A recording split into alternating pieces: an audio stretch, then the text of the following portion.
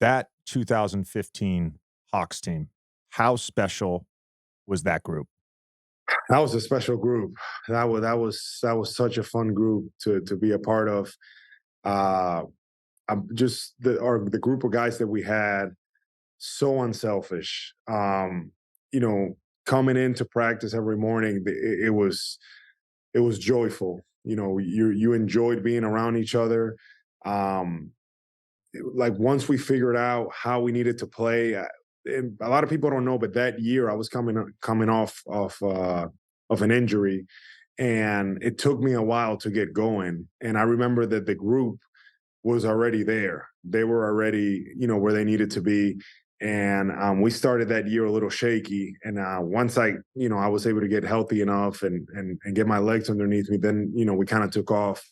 But the biggest thing about that group was we were just a very connected group, very unselfish. We had a lot of leaders and vets on that team: Paul Millsap, Kyle Korver, Elton Brand, Damari Carroll, Jeff Teague. We just had so many guys that were all about the right things. You look at that roster up and down, and everyone knew their roles. Everybody knew what they needed to do, and nobody tried to do more than they needed to. It was all about buying into what we were trying to do as a team, and everybody was defending hard, playing well. It was about as fun as I've had since I've been in the NBA. I'll note you guys were 28-2 in December and January, undefeated in January, 17-0. And somebody's going to fact check me on this, but I believe the first time in league history that a team's starting five was named Player of the Month. Yeah, yeah.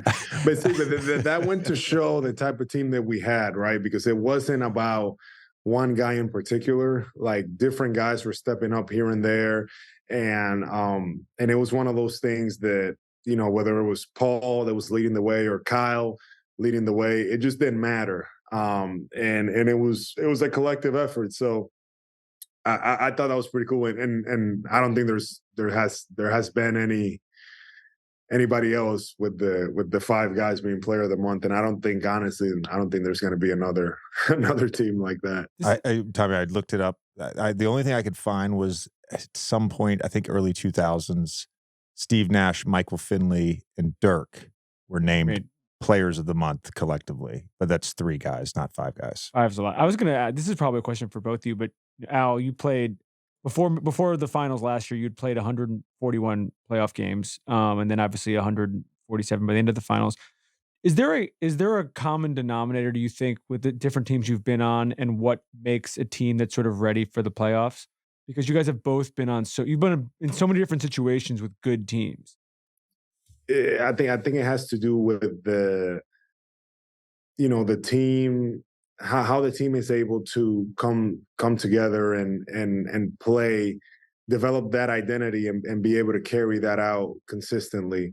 And the teams that I've been in, usually we want to play unselfish. We want to be really good defensively. And those are like the two things that I find myself, especially on the defensive end. If you're able to defend at a high level, you're going to give yourself a good chance. And I believe that the teams that I've been a part of usually making the playoffs, if you're a good defensive team, it puts you in a good position to make the playoffs. Yeah, I like the word identity. I like that word a lot. And I think especially early on, if your identity was stronger, your will, your mental toughness, your collectiveness, I think that mattered. It made you ready. But my Orlando teams, like, we had an identity. There was we were top 5 defensive team every year. We were going to play 4 out.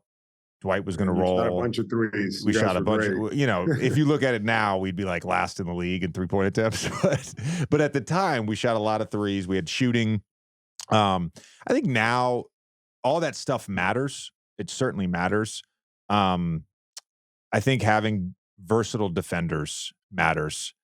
And of course, what matters is if you have a top 5 fucking player. Because generally speaking, those guys are the guys that are going to win and get to the conference finals and get to the finals. No, you're absolutely right about that. There are other things that come into mind, but yeah, you got to have historically that's kind of how it is, and that's you couldn't sum it up any better than that. I mean, we a perfect example of that. We were just talking about that 2015 team going up against LeBron and the Cavs in the conference finals. Obviously, Kyle got hurt, so I'm not discrediting y'all, but you guys. LeBron was too good. We hope you had fun with us today. We hope you laughed. We hope you had fun with us today. If you haven't already, please hit that subscribe button.